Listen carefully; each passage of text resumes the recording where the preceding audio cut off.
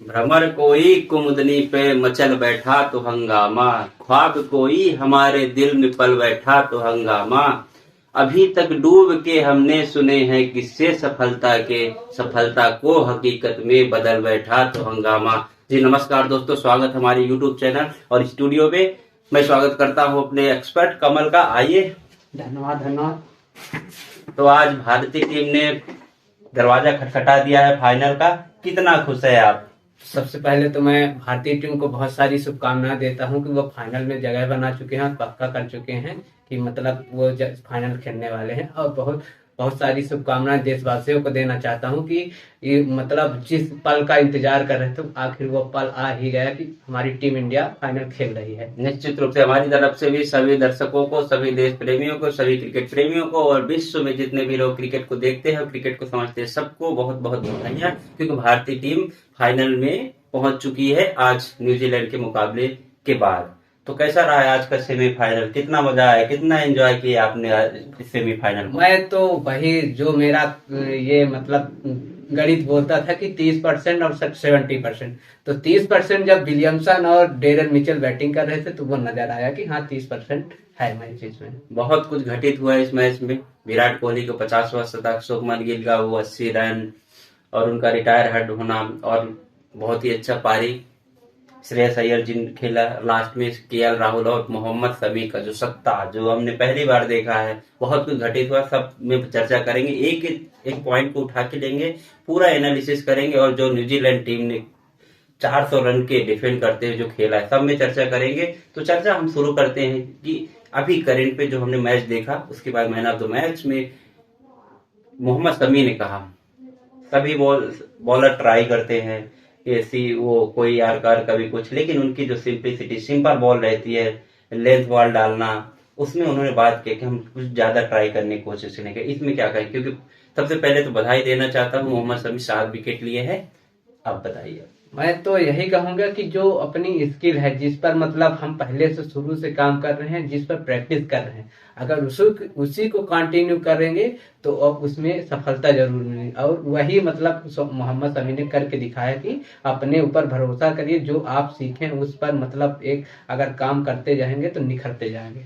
निश्चित रूप से बहुत ही बड़ी सीख होगी जो कि आने वाले क्रिकेटर है जो क्रिकेट बॉलिंग में खासकर अपना देख रहे हैं, स्कोप देख रहे हैं, तो मोहम्मद शमी की जो सीम पोजीशन, जो सिंपलिसिटी, गेम को जिस तरह चलाते हैं वो देख के चलना पड़ेगा। क्योंकि मैंने पहली बार इतना खतरनाक बॉलर देखा, और वो और खतरनाक होते जब उनको विकेट मिलती है, पहली विकेट, उसके बाद वो और खतरनाक होते जाते हैं। तो ये तो मतलब उनको अपने स्किल पर भरोसा हो जा रहा है कि मतलब मुझको विकेट मिला है, मतलब इसी पर अगर मैं और थोड़ी प्रैक्टिस करूंगा या काम करूंगा तो एक विकेट और मिल सकता है। मैं तारीफ करूंगा न्यूजीलैंड टीम की, जिस तरह से इतने बड़े विशाल काय स्कोर को पीछा करते हुए, एक तरह मतलब एक जगह आपको कभी लगा क्या कि मतलब कि ये लगता है मैच भारत हार रहा है? मुझे तो कई बार लगा। वह जो केन विलियमसन और डेरन मिचेल की 220 रनों की पार्टनरशिप आई, उस समय मुझको एकदम लगा कि मतलब ये मैच पूरी तरह से भारत के हाथ से निकल, क्योंकि अब ये लास्ट का जो मैच बचा था वो एकदम T20 में तब्दील हो गया था। जहां पे विकेट किसी को मिल नहीं रहा था वहां पे मोहम्मद शमी ने आके, अगर मोहम्मद शमी, मान लीजिए एक पल के लिए आप सोच के देखिए, अगर मोहम्मद शमी इस मैच में नहीं होते तो भारत की क्या दशा होने वाली थी, आप ये बताइए। मुझको तो नहीं लगता है कि फिर भारत इतना बड़ा विशाल स्कोर बनाने के बाद भी मतलब उसको सेफ बचा देता है या और इंडिया सेमीफाइनल जीतती, ये मुझको नहीं लगता। तो अभी फिलहाल तो बधाइयां और शुभकामनाएं ठीक है भारतीय टीम के, लेकिन आज मुझे बहुत बड़े लूप होल थोड़ा सा समझ में आया। थोड़ा सा जो रोटेशन में इतना बड़ा रन होने के बाद भी मुझे ऐसा लगता है कि कहीं ना कहीं रोहित शर्मा गलती क्या कर रहे थे आज कप्तानी में। रोहित शर्मा मतलब अपने स्पिनर पर ज्यादा भरोसा कर गए, जो कि उनको मतलब एक गलती मैं मानता हूं।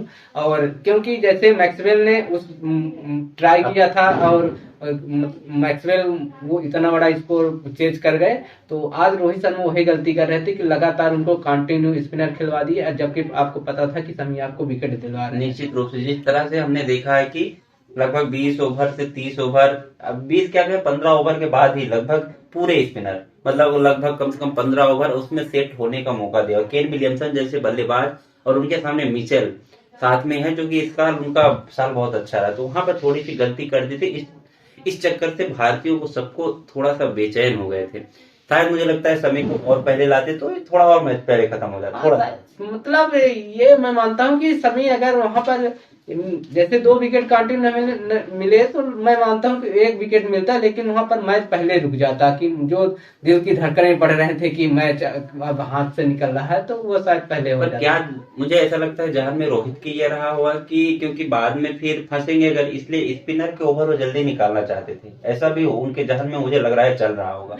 एक तो मतलब ये था कि अगर स्पिनर के ओवर निकल जाते हैं तो जो ओस का ये मुद्दा रहता है कि ओस गिरने वाली है, तो वो मतलब एक था कि मतलब अगर 40 से पहले 35 से पहले स्पिनर के खत्म करवा लेते हैं तो बहुत अच्छा रहेगा, तो उस पर नहीं जाना चाहते थे, इसलिए शायद वो अपने स्पिनर को कंटिन्यू कर रहे थे। तो जिस तरह से आज आजादी दिलाई है बल्लेबाजी में, बल्लेबाजों ने खूब आजादी अपने कप्तान को दिया, आप किसी भी तरह ओवर रोटेट करते हैं कैसे भी करके बच जाएंगे, वहां पे हम धीरे धीरे लौटेंगे। तो सबसे पहले हम बात करेंगे जो भारतीय टीम ने टॉस जीता, वो कितना अहम था फैसला लेना भारतीय टीम के लिए आज। आज देखिए जो भारतीय टीम ने टॉस जीता और वो टॉस को मतलब बैट्समैनों ने साबित भी किया कि हाँ टॉस जो आप जीते हैं वो बहुत अच्छा है, लेकिन जो दूसरी पारी में मतलब विकेट नहीं गिरे और फिर थोड़ी सी कप्तानी की चूक कहूंगा कि जो स्पिनर से लगातार भरोसा किए ये।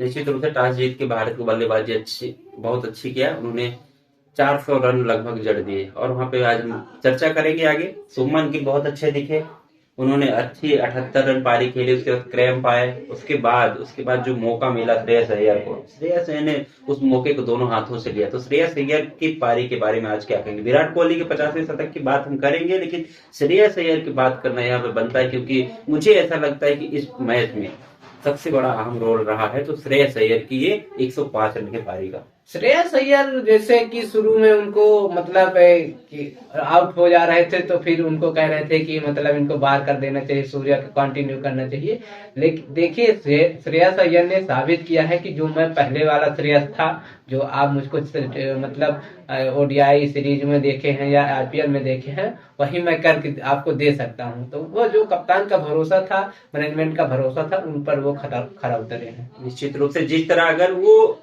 अनफिट नहीं होते तो मुझे लगता है जिस तरह श्रेयस अय्यर का भी कद है उससे भी बहुत ज्यादा बड़ा होता, क्योंकि लगभग 1 साल का गैप मिला। हाँ। उन्होंने इंजरी से जूझा, उसके पहले हमने देखा था मैच में बहुत अच्छा उन्होंने परफॉर्म किया, लगातार 50 मार रहे थे तो काफी, लेकिन श्रेयस अय्यर ने अपने नाम को हमें प्रूव किया है। और जो आज उन्होंने 70 गेंदों पे 100 रन बनाए हैं वो बहुत ही ज्यादा। वहां पे जब भारत में श्रेयस और विराट कोहली की पार्टनरशिप चल रही थी तो कैसे वो रिलीज कर रहे थे प्रेशर को विराट कोहली के? देखिए जब मतलब 85 पर विराट कोहली खेल रहे थे तो श्रेयस अय्यर को पता था कि मतलब अब इनको अपने शतक की ओर जाना चाहिए था, और उनको भी पता था कि शतक की ओर ये जाएंगे, तो उनने फिर जो लंबे लंबे छक्के 2-3 मारे, उसके बाद मतलब विराट कोहली का जो वहां से रिदम एकदम बना रहा कि सिंगल डबल अपना लेते रहे, उनके ऊपर जो प्रेशर नहीं बढ़ा वो टीम के लिए काम कर गया।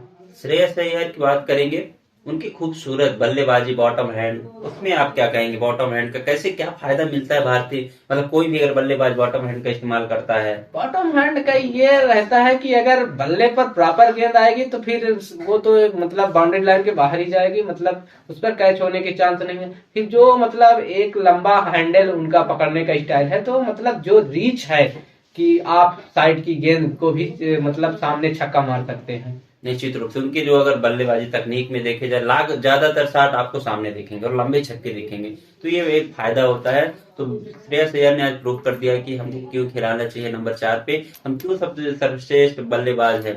और फिर विराट कोहली में हम चर्चा करेंगे, विराट कोहली की चर्चा ना हो कोई मैच हो, ऐसा हो ही नहीं सकता। 50वां शतक जड़ दिया है, एक कीर्तिमान स्थापित किया है उन्होंने, विश्व में ऐसा कोई खिलाड़ी नहीं जो 50 शतक वनडे क्रिकेट में लगा चुका है। इस जर्नी के बारे में आप क्या कहें? विराट कोहली कब से आप देख रहे हैं और उनको क्या क्या उनमें बदलाव आया, उनको फिटनेस को लेके उनके, और उनको टेम्परामेंट को लेके कुछ अप्स डाउन भी आए हैं, क्या कहेंगे विराट कोहली की जर्नी कैसे देखते हैं आप? जैसे मैं विराट कोहली को 2011 वर्ल्ड कप से कंटिन्यू लगभग देख रहा हूँ, हर सीरीज, हर मतलब जितने भी आईसीसी के बड़े टूर्नामेंट होते हैं, टेस्ट ले लीजिए, वनडे ले लीजिए, तो मतलब लगातार उनने एक सीरीज में रन बना के दिए हैं, भले हुए उनके सीरीज में शतक न निकले हो, लेकिन इतना था कि मतलब वो बंदा आपको 50 रन मतलब लगभग एक मैच में बना के देता था।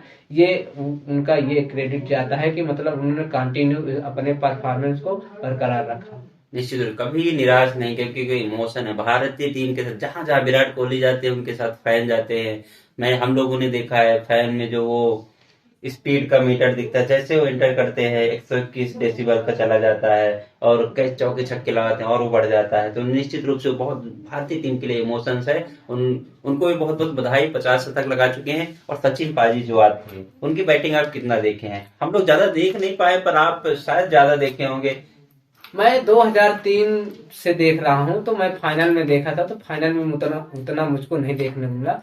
फिर 2007 में भी हमारी टीम जल्दी से ही बाहर हो गई थी। लेकिन जो 2011 का वर्ल्ड कप पूरा मैं देखा हूँ और उनकी बैटिंग देखा हूँ। फिर उसके पहले जो भी ओडीआई सीरीज रही 2011 के वर्ल्ड कप से पहले, तो उनमें मतलब जितना भी मैं सचिन को देखा हूँ, तो जो सचिन के साथ क्राउड रहता था वो विराट के साथ लगता है डबल है निश्चित रूप से। क्योंकि मैं उस समय एक तो बिजली का संकट रहता था और हाँ। एक तो मतलब इतना सब लोगों के पास टीवी और इतनी जो सुविधाएं थी वो नहीं थी, क्योंकि उस समय सिर्फ टीवी या रेडियो पर आप मैच देख सकते थे, मोबाइल पर नहीं देख सकते थे। तो ये कंडीशन थी, तो हम लोग ज्यादा रेडियो पर मैच सुने हैं। और दूसरे दिन जो पेपर आता था उस पर जो ये एक स्टाइल रहती थी कि ऐसे आज शॉट मारे, सिर्फ इतना इमेजिन कर सकते थे कि जो रेडियो पर आवाज आती थी कि लॉन्ग ऑफ के ऊपर से या लॉन्ग ऑन के ऊपर से छक्का, तो आज जो शॉट देखते हैं विराट कोहली के, लगभग उस पर इमेजिन कर सकते हैं कि सचिन का भी बैट फ्लो इसी तरह का रहा होगा। निश्चित रूप से बहुत सारे लोग ऐसे होंगे, आपके साथ भी बहुत सारी यादें होंगी। आप भी रेडियो में कमेंट्री सुने होंगे, न्यूज़पेपर में जाके अपने अपने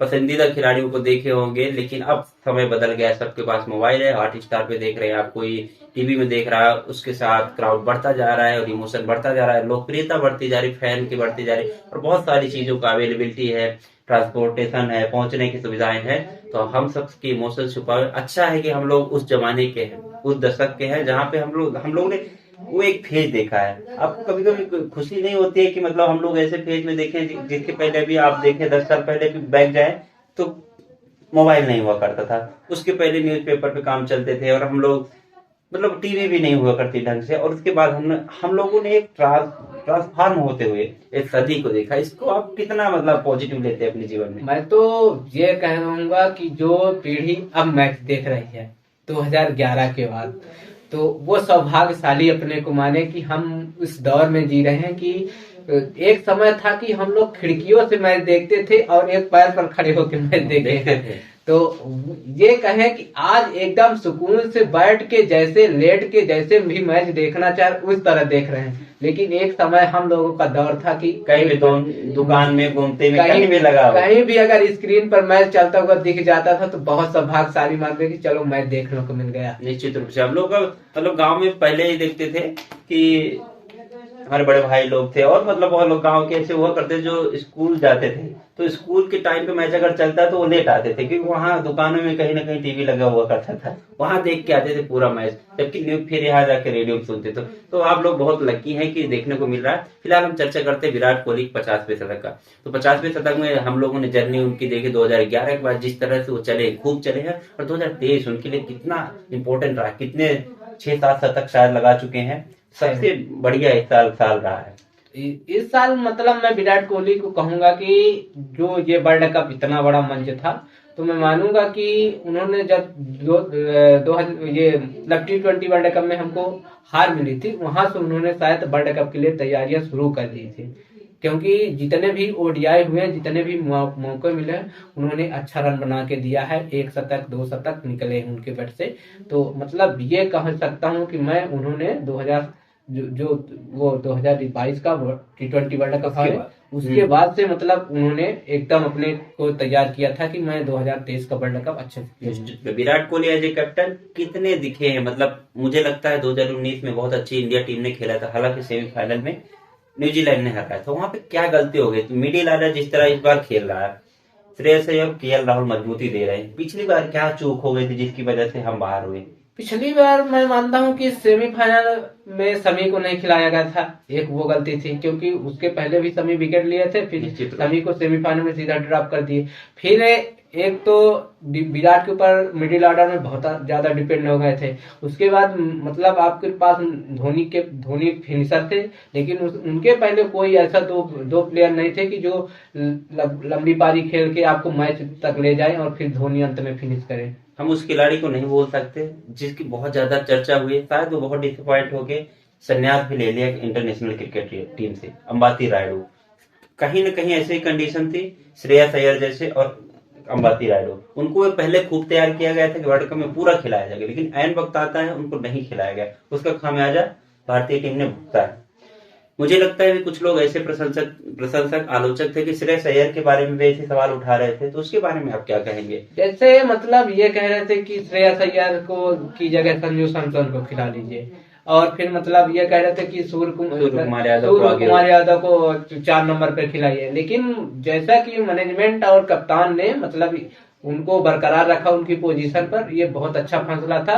मतलब आप 1-2 मैच या एक पूरी सीरीज से अगर किसी को जज करने लगेंगे तो फिर ये तो मतलब कि मतलब एक कहेंगे कि ना इंसाफी कर रहे हैं उसके। निश्चित रूप से। और आज की डेट में अगर देखें तो स्पिन बॉल को खेलने वाला भारतीय टीम में नहीं बल्कि सब में श्रेयस अय्यर से बेस्ट मुझे लगता है कोई नहीं है। ये आप मानने के लिए है तैयार? हाँ, ये मैं एकदम मानने के लिए तैयार हूँ, क्योंकि आप देख लीजिए कि जैसे आज डेरेन मिचेल ने मतलब हमारी स्पिन को खेला है, लगभग श्रेयस अय्यर उनसे डबल बेटर खेलते हैं स्पिन को।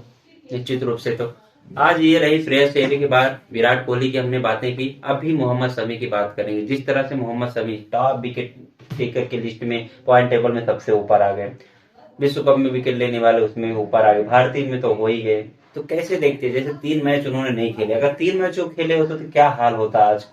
3 मैच मैं मानता हूँ कि अगर 3 मैच वो खेले होते तो आज उनके 30 विकेट मुझको तो दिख रहे थे कि आज वो मतलब 30 विकेट उनके गुच्छों में हमेशा विकेट लेते। मुझे लगता 4 विकेट से तो कम वो लेते ही नहीं। 4 विकेट मतलब आप देख लीजिए, 4 विकेट से कम किसी मैच में नहीं। एक मैच में 0 विकेट लिए और एक मैच में 2 विकेट मिले। बाकी देख लीजिए आप पूरे जितने भी मैच खेले उन्होंने 4 से ऊपर ही या 4 के विकेट लिए हैं।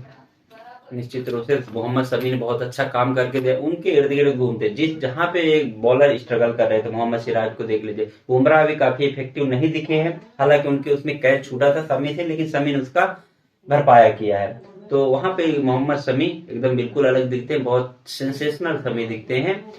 तो अभी फिलहाल चर्चा कर लेंगे कुलदीप यादव और जडेजा। आज उनको मतलब दोनों स्पिनर को विकेट नहीं मिले, जबकि अभी तक ऐसा हुआ नहीं था। लास्ट में हालांकि कुलदीप यादव को 1 विकेट मिला, अभी मतलब काफी आज फंसते हुए नजर आए हैं। तो क्या कहेंगे भारतीय टीम के आगे मैच जो है फाइनल, उसके लिए क्या है, कहाँ पे सुधार करना पड़ेगा, क्या इनमें कमी रह गई आज?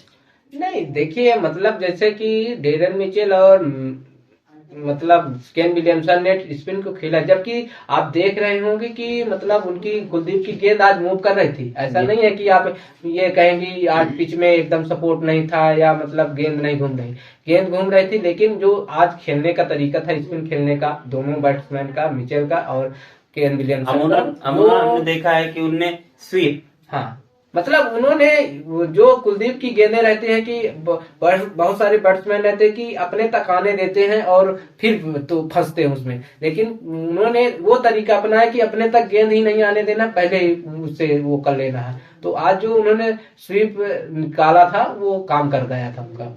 ये तो रही भारतीय टीम की बात। एक मोमेंट मुझे याद आता है, रोहित शर्मा ऐसे ऐसे क्या कर रहे थे आज? वो तो रोहित शर्मा मतलब जब अय्यर का शतक पूरा हुआ तो जो अय्यर की स्टाइल होती है सेलिब्रेटिंग की, शतक पूरा करने की, तो वो ऐसे ऐसे करके तो वो मतलब, लेकिन वहां पे मुझे बहुत एकदम ढीले ढीले दिखे। तो मतलब जो जैसे विराट कोहली का एक जज्बा रहता है शतक मारने के बाद अपना वो हाई जंप करते हैं, वार्नर का, फिर रोहित शर्मा का फिर मतलब हेलमेट निकाल के या कूद के ऐसे सेलिब्रेट करते हैं। लेकिन अय्यर की सेलिब्रेटिंग स्टाइल देखिए, सिंगल लिए और फिर धीरे से अपना हेलमेट फिर ऐसे सेलिब्रेट करें। ये बहुत मतलब थोड़ा आश्चर्यजनक लगा कि हाँ चलो हमारा कप्तान हमको तो वो कॉपी कर रहा है। बहुत अच्छा। खैर उनका भी अलग स्वैग है, उनका भी अलग तरीका है, काफी खूब अच्छे दिखे, इंटेंट भी दिखा है। आज भी जिस तरह से रोहित शर्मा पारी खेल रहे थे, रोहित शर्मा ने जिस तरह शुरुआत की थी, मुझे तो ऐसा हर बार लगता है कि 500 रन बनेगा। नहीं 500 रन तो मतलब ये असंभव सी बात है। जब तक आपके ऊपरी क्रम के बैट्समैन जैसे रोहित शर्मा अगर आपको 150 रन बना के देंगे तब आपकी 500 रन बनेंगे। क्योंकि आप जानते हैं विराट कोहली मतलब जो 11 से 30 का फेज है उस पर वो गेम चलाएंगे, आपको मतलब वो 10 रन हर ओवर में निकाल के नहीं दे सकते हैं, वो 6-7 रन आपको वहां से लेके जाएंगे। अगर आप विराट कोहली से एक्सपेक्ट करते हैं कि हम मतलब तेजी से रन बना के 10 ओवर में 100 रन पर करके फिर आउट हो जाएंगे, फिर विराट कोहली उसी को कंटिन्यू मेंटेन करें, तो विराट कोहली की ये मतलब खासियत नहीं, वो भी कर सकते हैं, लेकिन मतलब जो उनका नेचुरल गेम है वो उससे अगर बाहर जाएंगे तो कहीं ना कहीं फंसते नजर आएंगे। निश्चित रूप से माइलस्टोन सेट करते हैं, उनके नाम बहुत सारे रिकॉर्ड हैं, इसीलिए है क्योंकि बहुत लोग बोलते हैं कि अपने लिए खेलते हैं। भाई अपने लिए जब खेलेंगे तब तो भाई आखिर डेविड विली के साथ क्या हुआ, उन्होंने मतलब टीम के लिए अच्छा कर रहे थे लेकिन उनके विकेट नहीं बन रहे थे, तो उनको सेंट्रल कॉन्ट्रैक्ट से बाहर कर दिया और फिर उनको मतलब इतना झटका लगा कि वो संन्यास ले लिए। तो ये अगर पर्सनल के लिए कोई खिलाड़ी नहीं सोचेगा कि मेरे रन नहीं बन रहे हैं टीम लेकिन टीम जीत रही है, तो फिर कहीं ना कहीं तो एक मैनेजमेंट या सिलेक्टर के पास ये है कि ये इतने दिनों से परफॉर्मेंस नहीं। जब अगर कभी सिलेक्शन की बात होती है तो एक हर एक खिलाड़ी का पर्सनल रिकॉर्ड भी देखा जाता है, उनके फिगर देखे जाते हैं, तो पर्सनल खेलेंगे तभी वो कलेक्टिव बनेंगे निश्चित रूप से। तो ये तो रही भारतीय टीम की, लेकिन जिस तरह से न्यूजीलैंड टीम ने आज मजबूर कर दिया भारतीय टीम को सोचने में, मतलब इतनी स्ट्रगल करे, इतनी ज्यादा टीम कभी गिव अप नहीं करती है, इसके बारे में हम न्यूजीलैंड टीम की क्या तारीफ में कहेंगे? मैं तो यही कहूंगी कि भाई पहाड़ जैसे स्कोर पर अगर शेर का कलेजा है तो वही मतलब इतना लड़ सकता है, भले हार मिली हो लेकिन मतलब जो जज्बा है कि हाँ हम भी अभी आपसे कम पीछे नहीं है वो दिखा। विनिंग परसेंटेज हम लोग देख रहे थे 90% हम लोग देखते देखते वो आ गया था 81%। फिर उसके बाद जैसे ही चेंज हुआ मोहम्मद शमी, उसके बाद फिर बदल गया। लेकिन डेरेन मिचेल, उनको क्रैम्प मुझे लगता है अगर नहीं आए होते, क्रैम्प के बाद उनकी पारी थोड़ा स्लो हुई है और उसके बाद विकेट विलियमसन के जाने के बाद वो, नहीं तो मुझे लगता है डेरेन मिचेल ये मैच खींच के ले जाते हैं हमारे हाथ से। मतलब मैं ये कह सकता हूँ कि जो थोड़ी सी वहां पर अनलकी साबित हुए कि क्रैम्प आए, क्रैम्प के बाद उनको थोड़ा सा मतलब जो स्थिर होना पड़ा कि मतलब उनके पैर नहीं चल रहे थे, मैक्सवेल की तरह हो गए थे, वो उसका असर न्यूजीलैंड तो वो जो 4 से 5 ओवर निकल गए वहां पर, वो उसकी वजह से न्यूजीलैंड के हाथ से लगभग वो मैच निकल गया, वहां पर मजबूर हो गए। तो भारतीय टीम खेल के दम पे नहीं, डिप्लोमेटिक तरीके से वहां पर उनको टारगेट कर रही थी कि उनको क्रैम्प से पैर नहीं चलेंगे, वाइड फेंकेंगे, वाइड। उसका खामियाजा हालांकि सिराज ने भुगता भी, फिलिप ने उनको दिया, लेकिन मुझे ऐसा मतलब बहुत ज्यादा वहां पे निराशा लगी थी कि यार भारतीय टीम 358 रन बनाने के बाद भी मतलब ऐसा चाल चल रही है कि भाई हम बचे, तो मुझे बड़ा निराशाजनक लगा। तो न्यूजीलैंड टीम के लिए मैं बहुत कहूंगा कि बहुत ही अच्छा उन्होंने खेला। अगर मुझे लगता है ये 350 या 330 स्कोर होता तो ये नतीजा कुछ दूसरा हो जाता। अगर मैं मानता हूं कि अगर 330 या 320 बना के इंडिया अगर ये सोचता कि मैं मैच जीत जाऊंगा, तो मैं मानता हूं कि फिर 45 ओवर में मैच खत्म होने वाला था, आराम से मैच खत्म करने, जिस अंदाज पे डेरेन मिचेल और केन विलियमसन की जोड़ी ने खेला है। और मैं ये थोड़ा सा देखता हूँ कि जैसे ही अगर टीम का माहौल अच्छा है तब रोहित शर्मा आपको बहुत अच्छे दिखते हैं। अगर थोड़ा सा माहौल गड़बड़, वहां पर विकेट नहीं गिर रहे थे, 150 प्लस साझेदारी हो गई, फिर रोहित शर्मा का चेहरा बन जाता है। तो इसमें आप क्या कहेंगे? नहीं, ये तो मैं मानता हूं कि ये फिर जैसे कप्तान को क्रेडिट देते हैं कि कप्तान यहाँ पर अच्छा चेंज किए और फिर मतलब ये बोल रहे हैं कि विकेट मिल गया तो कप्तानी यहाँ पर, तो कप्तानी भाई जब मतलब क्रिटिकल कंडीशन है तो कप्तानी उस पर भी फेस करिए, मतलब अपने आप को अपने जब तक अगर कप्तान उदास हो गए तो जितने भी खिलाड़ी हैं वो भी उदास हो जाएंगे, मतलब मेरे कप्तान को भरोसा नहीं है।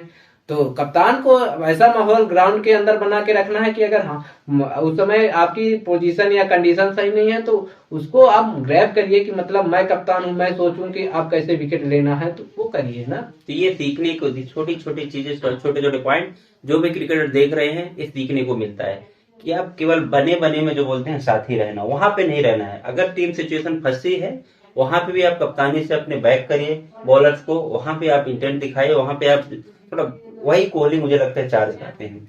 तो निश्चित रूप से भारतीय टीम जीती है। अगला एक मुकाबला होगा जो सेमीफाइनल का दूसरा, साउथ अफ्रीका और ऑस्ट्रेलिया के बीच। वो वहां पे क्या देख रहे होंगे जो भारतीय टीम की आज उन्होंने देखा है कि 398 रन बना के भी फंस रहे हैं, तो जो टीम फाइनल पहुंचेगी वो क्या सोच रहे होंगे भारतीय टीम के लिए? मान लीजिए, मुझे तो ऐसा लग रहा है कि ऑस्ट्रेलिया ज्यादा पहुंचने के चांस है और साउथ अफ्रीका का। मैं मानता हूँ कि अगर ऑस्ट्रेलिया अगर फाइनल में हम लोगों के साथ भिड़ती है तो मैं मानता हूँ कि वो तो पहले बैटिंग करने वाले हैं अगर टॉस जीत गए तो, और उनका टारगेट रहेगा कि 330 से ऊपर बनाएंगे। और अगर वो पीछे बैटिंग करते हैं तो फिर ये रहेगा कि मैक्सवेल को वो और नीचे खिला सकते हैं, ये मैं मानता हूँ। क्योंकि मैक्सवेल उनके बहुत बड़े मतलब गेम सेटर हो सकते हैं कि गेम को कब पलटना है। तो वो उनके जहन में एक चल रहा होगा कि स्पिनर, जैसे इस मैच में थोड़ा दिखा कि स्पिनर विकेट नहीं ले पाए, तो वो स्पिनर को टारगेट कर सकते हैं। और एक छोटी सी जो कमजोर कड़ी नजर आ रही है सिराज के साथ, सिराज के पीछे कोई ऊपर का बैट्समैन टॉप ऑर्डर का पड़ सकता है। निश्चित रूप से। और यहाँ पर भारतीय टीम पहुंची है तो यहाँ कमजोरियां कुछ कुछ है, पर अभी तक जो जीता है उससे समझ में आया नहीं है। सूर्य कुमार यादव टीम में है, लेकिन मुझे लगता है आज मौका मिला था, वो भी आके खेल सकते थे, लेकिन वो पहले गेंद पे आउट हो गए। नहीं, जैसे बोलते हैं कि सूर्य कुमार यादव को 5 ओवर 10 ओवर या राहुल से पहले आज भेजना चाहिए, ये बोल रहे थे। लेकिन जैसे राहुल ने फिनिश किया है, अगर सूर्य कुमार यादव होते तो मैं मानता हूँ कि न फिनिश कर पाते। क्योंकि आप जिस तरह सूर्य कुमार यादव मतलब शॉट खेलते हैं, एक वो जो उनका ये स्लोप वाला रहता है, तो उतनी गति की आज गेंदबाजी नहीं हो रही थी और उस हाइट पर गेंद नहीं आ रही थी कि आप वो शॉट खेल सके।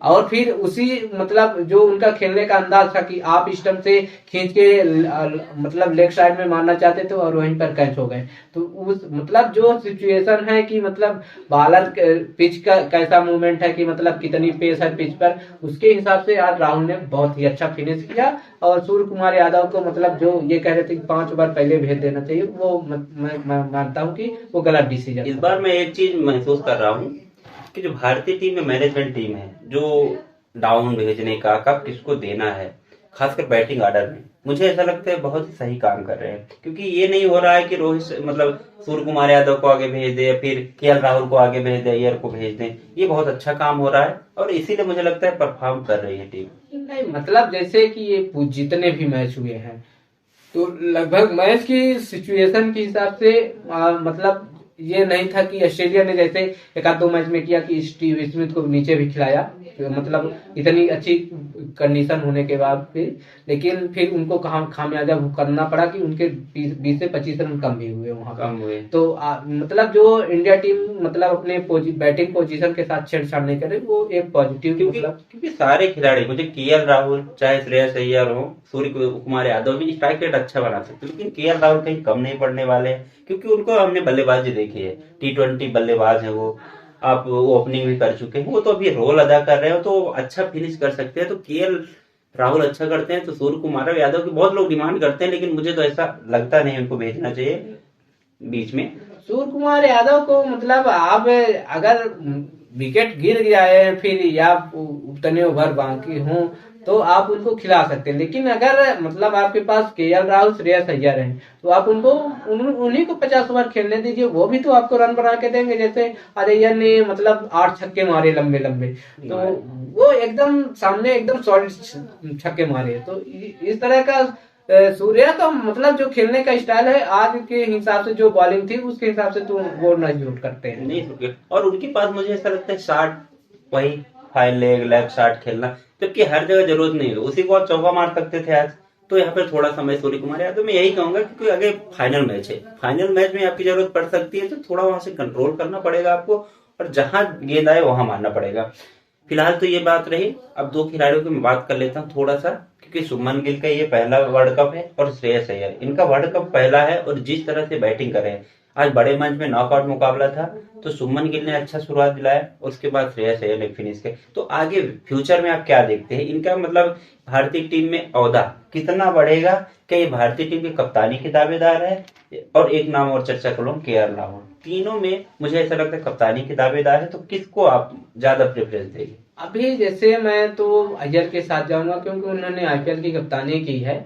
और केएल राहुल जैसे कि मतलब उनका अगला अगला वर्ल्ड कप जैसे 2027 में है, तो वहां पर जैसे उम्र के हिसाब से देखा जाए तो वो लगभग जो रोहित की उम्र इस समय है तो वो उस उम्र तक पहुंच जाएंगे।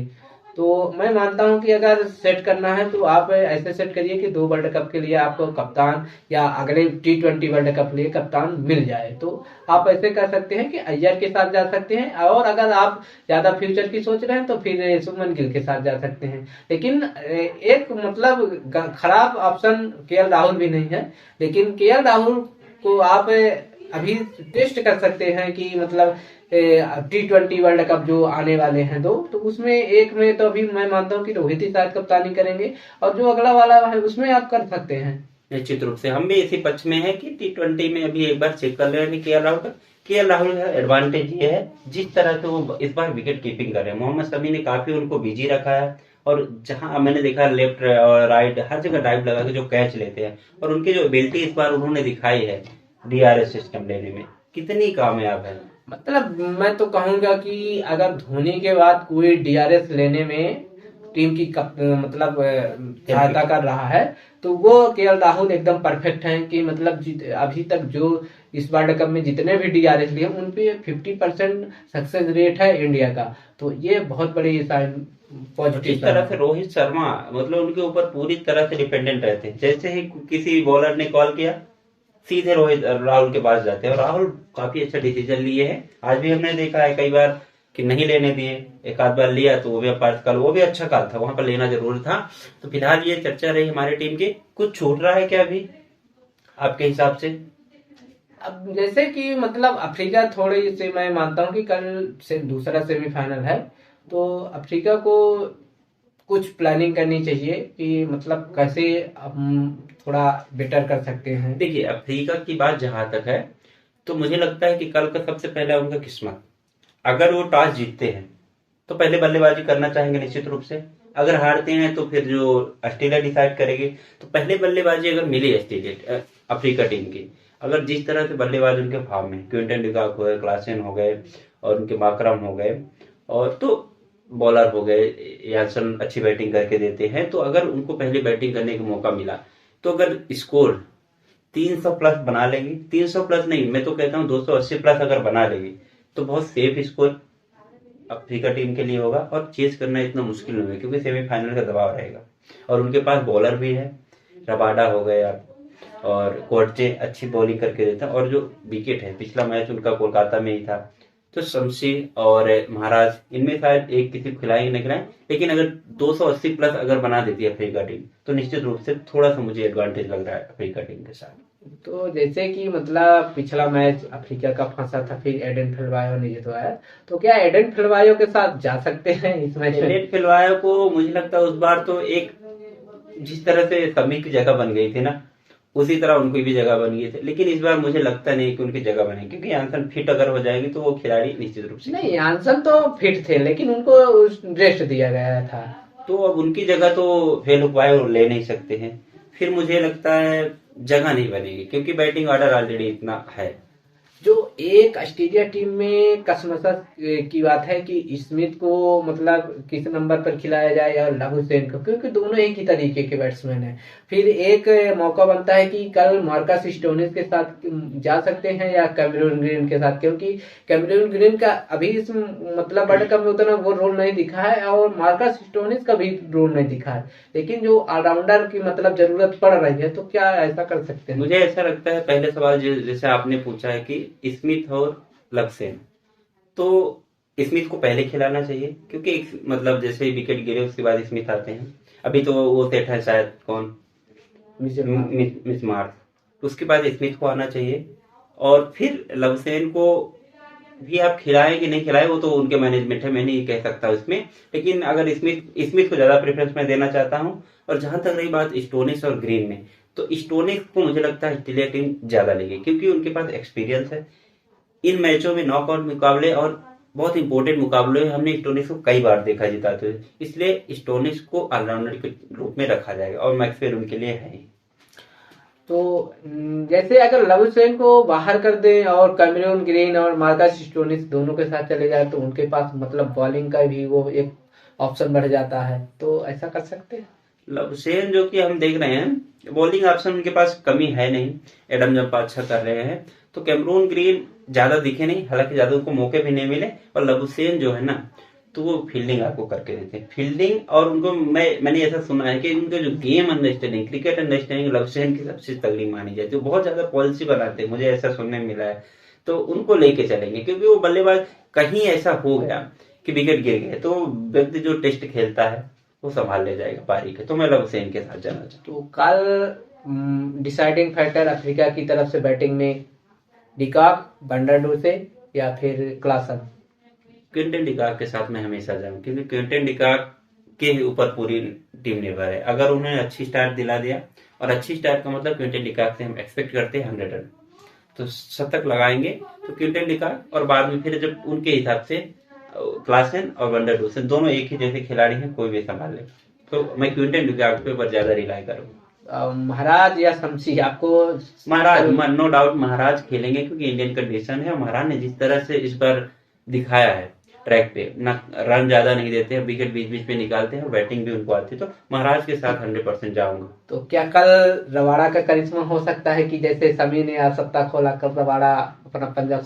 सत्ता तो कोई खोल नहीं सकता, ये तो मैं कह ही नहीं सकता हूँ। सत्ता केवल समी ही खोल सकते हैं, लेकिन रबाड़ा बहुत खतरनाक साबित होते हैं ऐसे मैच में, जब प्रेशर वाला मैच होता है। हमने देखे हैं दिल्ली डेविलियर्स के बहुत सारे मैच और अफ्रीका के बहुत सारे मैच, तो थोड़ा सा बच के रहना पड़ेगा। जिस तरह से उनकी कभी एक जो बाउंसर होती है ना, तो चौंकाने वाले, वार्नर को हो सका, मिस स्टार को हो गया, और ट्रेविस हेड, इन लोग के लिए, क्योंकि अटैकिंग बैट्समैन है, तो थोड़ा संभाल के खेलना पड़ेगा। तो रबाड़ा खतरनाक हो सकते हैं कल के मैच में। जैसे कि मिचेल स्टार्क का ये वर्ल्ड कप बहुत फीका गया है, तो क्या कल कोई ऐसा चमत्कार हो सकता है मिचेल स्टार्क? देखिए, क्रिकेट में ऐसी बात करते हैं कि ये खिलाड़ी बड़े मंच के हैं, इन्होंने हमेशा परफॉर्म करके दिया है। और मिच स्टार्क जैसे खिलाड़ी जो हमेशा अच्छी गेंदबाजी करते हैं, लेंथ पे गेंदबाजी करते हैं, विकेट पे गेंदबाजी करते हैं, तो इनका कोई कुछ कह नहीं सकते। और हमेशा हमने देखा है कि ऑस्ट्रेलिया में कोई ना कोई ऐसे मैच विनर उभर के आते हैं सेमीफाइनल, फाइनल में, जिसको आप उम्मीद तो किए रहते हैं पर कभी परफॉर्म पहले कम किए रहते हैं। तो मिच स्टार्क हमेशा से खतरनाक गेंदबाज रहे हैं, और उनको डर के उनसे रहना पड़ेगा अफ्रीका टीम को। मुझे तो ऐसा लग रहा है कि कल मिचेल स्टार्क असली वाले दिख जाना जाए।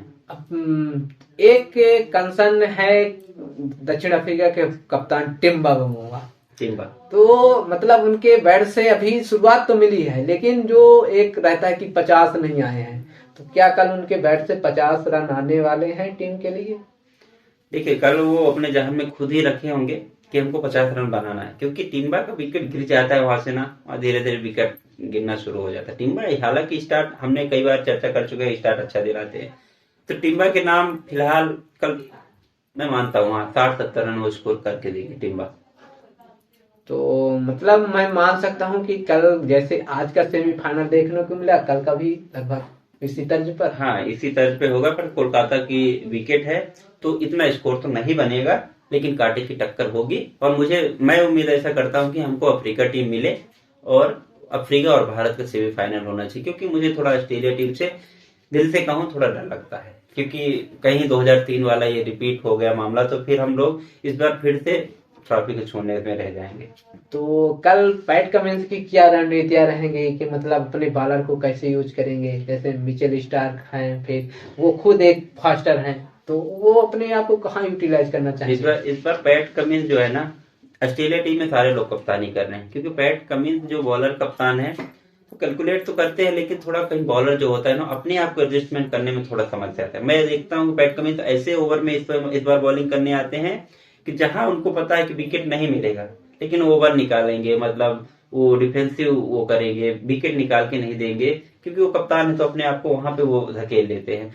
तो पैट कमिंस की यही रणनीति रहेगी कि अगर पहले बल्लेबाजी आती है तो ज्यादा से ज्यादा हमारे बैट्समैन रन बनाए, और पहले अगर गेंदबाजी आती है तो अर्ली विकेट निकाल के डिकॉक और क्लासन और वंडरडोसन 3 विकेट निकाल के हम जल्दी से जल्दी कम स्कोर में रोक पाए। उसके बाद मैक्सवेल हमारे पास है। तो जैसा कि लगभग हम लोग अगले सेमीफाइनल की चर्चा कर चुके हैं, अब मैं जो देख रहा हूँ कि जो इंडिया के कोच हैं, इससे पहले हम लोग T20 वर्ल्ड कप हारे थे इंग्लैंड से सेमीफाइनल 10 विकेट से, तो ये कह रहे थे कि द्रविड़ को हटा देना चाहिए, किसी विदेशी कप्तान मतलब कोच की ओर देखना चाहिए, या फिर बहुत सारे लोग कह रहे थे वीरेंद्र सहवाग, सचिन को बना सकते हैं। फिर एक नाम चल रहा था BVS लक्ष्मण का, तो आप मतलब क्या सोचते हैं कि द्रविड़ ने जैसे T20 वर्ल्ड कप के बाद मतलब थोड़ी सी अपने उसमें चेंज किया है, तो उसके क्या मायने हैं? जैसे देखिए, हम द्रविड़ की बात करें, अगर देखिए भारतीय टीम या फिर कोई भी टीम अगर हारती है तो उसके बाद बातें उठना लाजमी है। निगेटिव पॉइंट आएंगे, बहुत सारे बदलाव की जरूरत पड़ेगी, बहुत सारे अप्स डाउन देखने को मिलेंगे, बहुत सारे लोग आलोचक मिलेंगे। लेकिन कभी जब अच्छा टीम परफॉर्म कर रही होती है तो कोच का भी नाम होता है। फिलहाल मैं बात कर देता हूँ कि नाम से ज्यादा अगर अच्छा काम नहीं करे वहां पे बेनाम होते हैं। अभी राहुल द्रविड़ की चर्चा खूब हो रही थी उसके पहले कि इनको हटा देना चाहिए, इन्होंने कोई अच्छा काम किया नहीं। अभी ज्यादा चर्चा लोग नहीं करते हैं, अच्छा कर रही है टीम तो भी। तो मैं ये मानता हूँ राहुल कोच का रोल केवल इतना रहता है कि टीम का एटमॉस्फेयर कैसे करना है, टीम में किस खिलाड़ी को हमको बैक करना है, वो भी कैप्टन के सपोर्ट से। तो कोच का रोल बहुत क्रूशियल इतना है नहीं। कोच को एक मोहरा जैसे मान लीजिए रहते हैं कि हाँ इनके इर्द गिर्द घूमना है और उनका थोड़ा बहुत गाइडेंस रहता है। बाकी कोच से ज्यादा फर्क पड़ता नहीं है। कोच केवल और केवल एटमॉस्फेयर को बना के रखता है और जो टीम के साथ मैनेजमेंट है उसमें बना के रखता है। राहुल द्रविड़ की बात करें तो एक अच्छे इंसान है और उनका नेचर हमने देखा है हमेशा से शांत स्वभाव रहा है, तो ज्यादा रिएक्ट नहीं करते। अभी कोई कोच होता जितना उनके ऊपर एलिगेशन लगे हैं, जितना ओवर उनके ऊपर कीचड़ उछाला गया उसमें कोई रिएक्ट कर देता, वो रिएक्ट नहीं किए। वो बल्कि ये काम कर रहे थे, आपने खूबसूरत देखा कि श्रेयस अय्यर, सूर्य कुमार यादव, केएल राहुल के बारे में लगातार चर्चा हो रही, लेकिन उनको लगातार उन्होंने बैक किया। सूर्य कुमार यादव कितने मौके दिए कि वर्ल्ड कप खिलाएंगे, श्रेयस अय्यर के ऊपर उन्होंने कॉन्फिडेंस दिखाया कि उनको खिलाएंगे। मोहम्मद शमी और बुमराह और केएल राहुल इनमें भी बैक किया एनसीए से आके। अगर चाहते तो ये लोग बाहर कर देते, लेकिन वो ज्यादा रिएक्ट नहीं किए, इन्होंने साइलेंटली काम किया और अच्छी टीम बना के दिया। और इसलिए कोच राहुल द्रविड़ की मैं तारीफ करना चाहूंगा कि वो रिएक्ट नहीं करते, काम करते हैं, क्योंकि उनको पता है कि हारेंगे तो लोग चिल्लाएंगे, हल्ला करेंगे, चेंज करने की बात करेंगे, बाकी वो काम अभी करें, अभी जीत जाएंगे तो लोग बोलेंगे अच्छा कोच है। तो अब जैसा कि हम इस चर्चा के लास्ट में आ चुके हैं, तो मैं जो फाइनल होने वाला है तो मैं उसकी चर्चा करूंगा कि अगर अब इंडिया अगर टॉस जीतती है तो पहले क्या करना चाहिए?